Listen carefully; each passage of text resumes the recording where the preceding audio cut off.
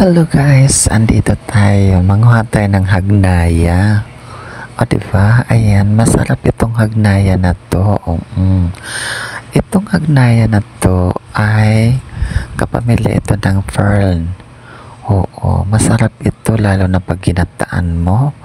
Lalagyan mo siya ng balikotos, talong, okra, kalabasa, alugbati, at marami pang iba. Kaya ang sarap-sarap nito guys.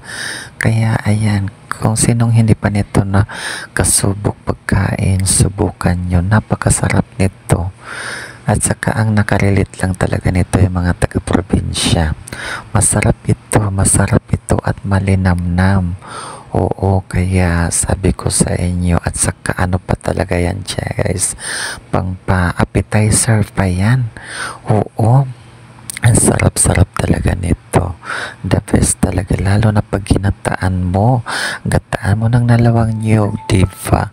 Yan, kitang-kita mo, ang sarap-sarap talaga niyan. Kaya, ayan, manguha ng marami. Doon yan sa Kalabian ni Rapipi.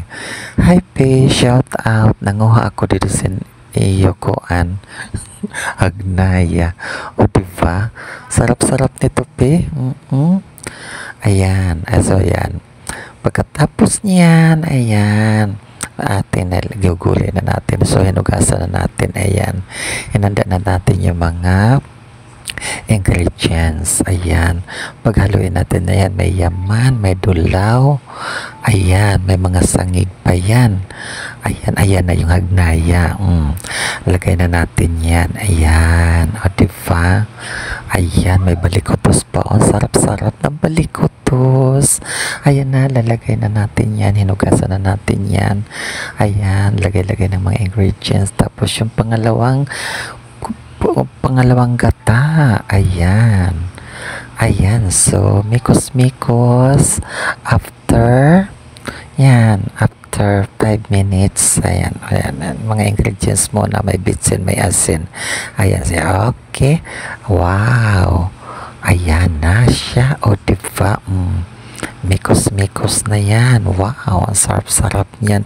O diba, binilisan na natin yan kasi Tom Jones na. O diba?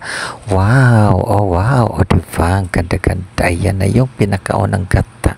Luto na yan guys. Wow, salamaters. Talagang kain na tayo dyan. O diba? Hello guys, wow, titikman natin ang sarap. Wow, sarap-sarap. O sige, kain na tayo guys.